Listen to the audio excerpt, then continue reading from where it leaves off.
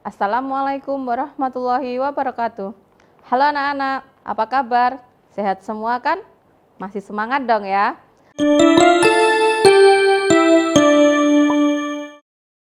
Kali ini kita akan belajar tentang tema 7. Tema 7 kali ini kita akan belajar subtema 4, pembelajaran 1, 2, 3. Oke, mari kita awali dengan menemukan isi cerita berdasarkan kalimat utama. Yang pertama, bacalah setiap paragraf dengan seksama. Untuk mencari kalimat utama dalam sebuah paragraf, kalian harus membaca setiap paragraf dengan seksama.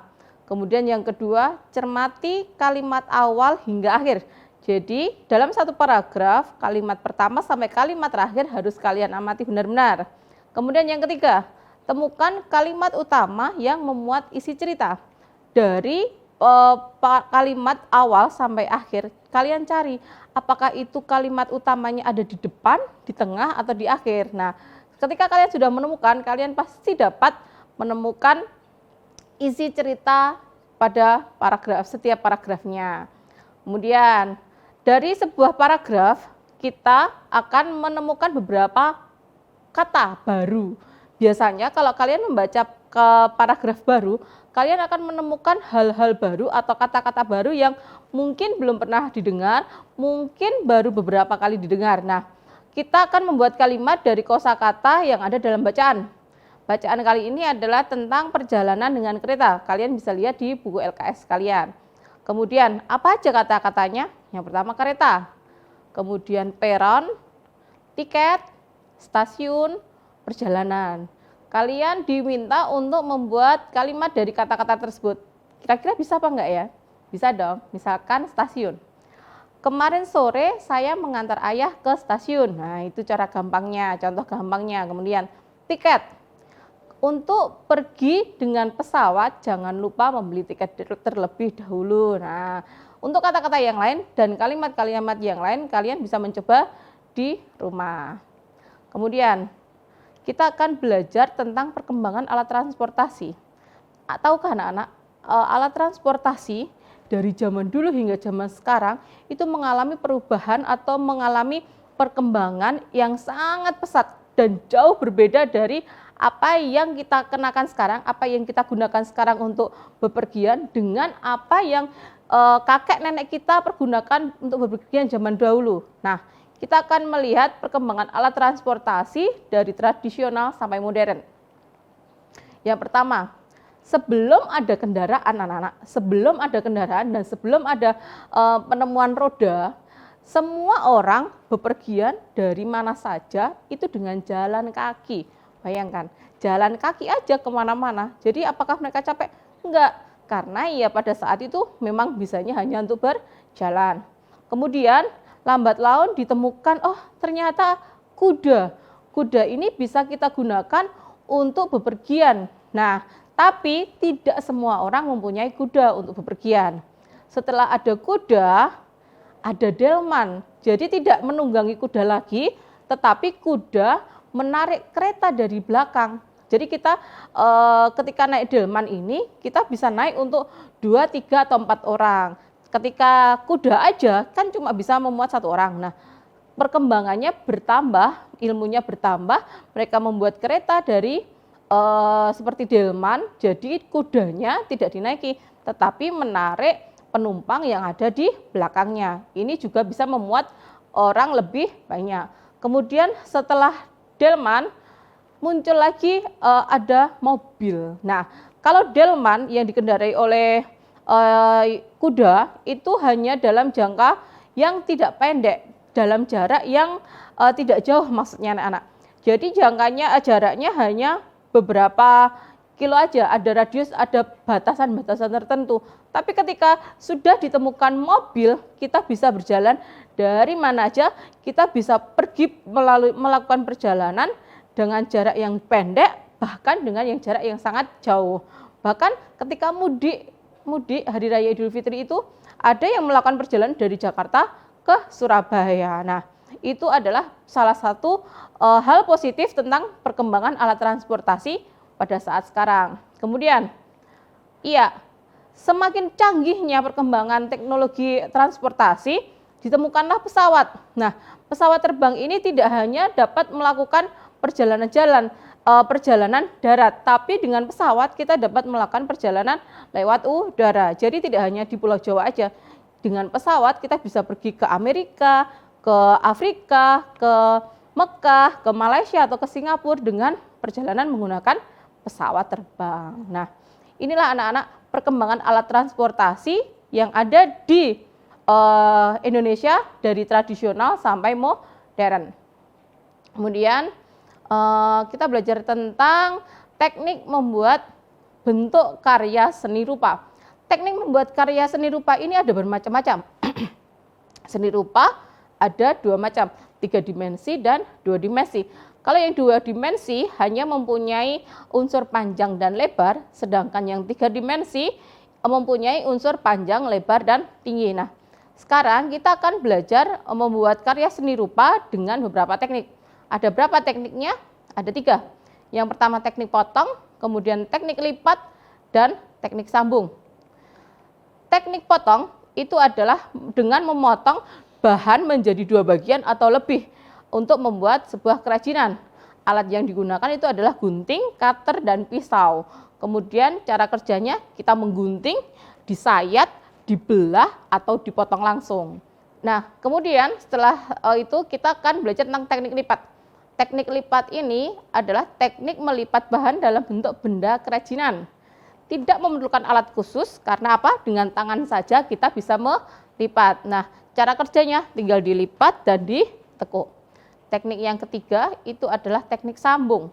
Teknik sambung ini menggabungkan 2 bahan atau lebih untuk digabungkan menjadi satu bahan menjadi sebuah bentuk kerajinan. Nah, peralatan yang dibutuhkan untuk menyambung itu biasanya adalah jarum, lem, mesin jahit. Kemudian cara kerjanya untuk menggabungkan dengan mesin jahit kita bisa dijahit. Kemudian kalau kertas kita bisa mengelem dan merekatkan. Nah, ini contoh kerajinan yang menggunakan teknik potong, lipat, dan sambung. Itu adalah salah satunya adalah membuat mobil dari kardus. Membuat mobil dari kardus kita menggunakan 3 teknik sekaligus anak-anak. Teknik potong, teknik lipat, dan teknik sambung. Mobil dari kardus ini bisa kita buat dari peralatan kardus bekas, pisau, selotip, lem, penggaris, dan spidol. Kita bisa membuat sendiri di rumah. Langkah pembuatannya, kardusnya tadi dipotong, kemudian untuk membentuk rangkaiannya itu tadi bisa dilem dan direkatkan. Nah, bentuknya seperti ini anak-anak. Mobil dari kardus. Nah, setelah jadi mobil kardus kita, jangan lupa untuk didesain atau diwarnai seperti mobil satunya ini. Nah, kalian bisa mencobanya membuat mobil dari kardus sesuai petunjuk yang ada di buku kalian. Kalian bisa cek. Nah, setelah membuat kerajinan, kita akan menghitung bangun datar dengan satuan baku. Keliling bangun datar itu adalah jumlah sisi-sisi yang ada pada bangun datar. Jadi jumlah sekelilingnya itu adalah keliling. Jumlah sisi-sisi yang sebuah bangun datar itu namanya adalah keliling. Satuan baku untuk menentukan keliling adalah sentimeter dan meter. Bagaimana cara menentukannya ya? Ya, kita akan mencoba menghitung keliling sebuah persegi panjang. Perhatikan ini, ada sebuah persegi panjang. Yang sebelah sini adalah lebar, kemudian yang mendatar itu adalah panjang. Bagaimana kita menghitung kelilingnya? Karena sifat-sifat persegi panjang adalah 2 sisi yang berhadapan sejajar itu sama panjang, maka kita dapat peroleh ini. Keliling dapat kita jumlahkan dengan panjang ditambah lebar, ditambah panjang, ditambah lebar. Karena penjumlahannya berulang, bisa kita tulis dengan 2 kali panjang tambah lebar. Contohnya ini. Persegi panjang dengan lebar 6 dan panjang 10. Berapa kelilingnya ya? Kita masukkan dulu rumusnya. Panjang tambah lebar tambah panjang tambah lebar. 10 tambah 6 tambah 10 tambah 6 sama dengan 32 cm. Jadi keliling persegi panjang itu adalah 32 cm. Kemudian keliling dari sebuah segi 5. Segi 5 itu mempunyai 5 sisi yang sama panjang. kita singkat jadi S. Jadi ketika untuk menghitung kelilingnya adalah sisi 1 ditambah sisi 2 ditambah sisi 3 ditambah sisi 4 dan ditambah sisi 5. Contohnya ini, sebuah segi 5 dengan sisi 5. Berapakah kelilingnya? Ya tinggal dijumlah, 5 tambah 5 tambah 5 tambah 5 tambah 5 sama dengan 25. Jadi kelilingnya adalah 25 cm. Bagaimana? Mudah kan? Pasti mudah dong. Nah, anak-anak, tahukah kalian kalau Indonesia itu mempunyai manusia atau individu yang berbeda-beda? Kenapa? Karena suku dari setiap daerah itu mempunyai ciri yang berbeda-beda, anak-anak.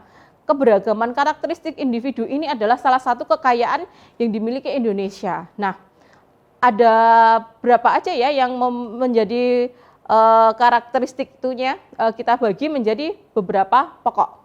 Yang pertama itu adalah usia, yang kemudian adalah jenis kelamin, yang ketiga adalah ciri fisik, dan kemudian adalah ras. Usia.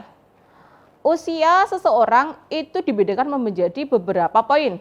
Yang pertama itu adalah balita, 0 sampai 5 tahun. Kemudian anak-anak 5 sampai 11 tahun, remaja awal 12 sampai 16 tahun, remaja akhir 17 sampai 25 tahun, kemudian dewasa awal 26 sampai 35 tahun, dewasa akhir 36 sampai 45 tahun, lansia awal 46 sampai 55 tahun, dan lansia akhir adalah 56 sampai 65 tahun. Kemudian di atas 65 tahun itu adalah manula. Coba, kalian berada di kategori yang mana anak-anak? Usia kalian sekarang berapa coba? Nah, kalian dikatakan anak-anak atau remaja awal ya. Nah, kemudian yang kedua itu adalah jenis kelamin. Sudah jelas dong ya, ada perempuan dan ada laki-laki. Ciri fisik. Ciri fisik ini bisa kita lihat dari warna kulit, bentuk rambut, bentuk mata, bentuk hidung, tinggi badan, dan sebagainya. Karena ciri fisik itu bisa kita lihat secara kasat mata. Kemudian ras. Ras adalah penggolongan manusia berdasarkan sifat fisiknya dan daerah asal tempat tinggalnya. Yang pertama adalah ras Mongoloid, ada di Asia dan Amerika. Ras Negroid ada di Afrika. Ras Kaukasid ada di Eropa. Di Afrika dan Asia juga ada. Kemudian ras khusus yang tidak terklasifikasi dalam ras-ras lainnya. Nah, lingkungan air anak-anak. Perhatikan, gambar di belakang itu background-nya adalah pantai. Pantai termasuk lingkungan air. Nah, lingkungan air itu apa saja ya? Ada laut, ada pantai, danau, waduk, dan juga sungai. Lalu, ada apa dengan lingkungan air? Nah, ini dia macamnya. Kemudian, kita harus menjaga sikap anak-anak, keselamatan diri kita ketika berada di pantai.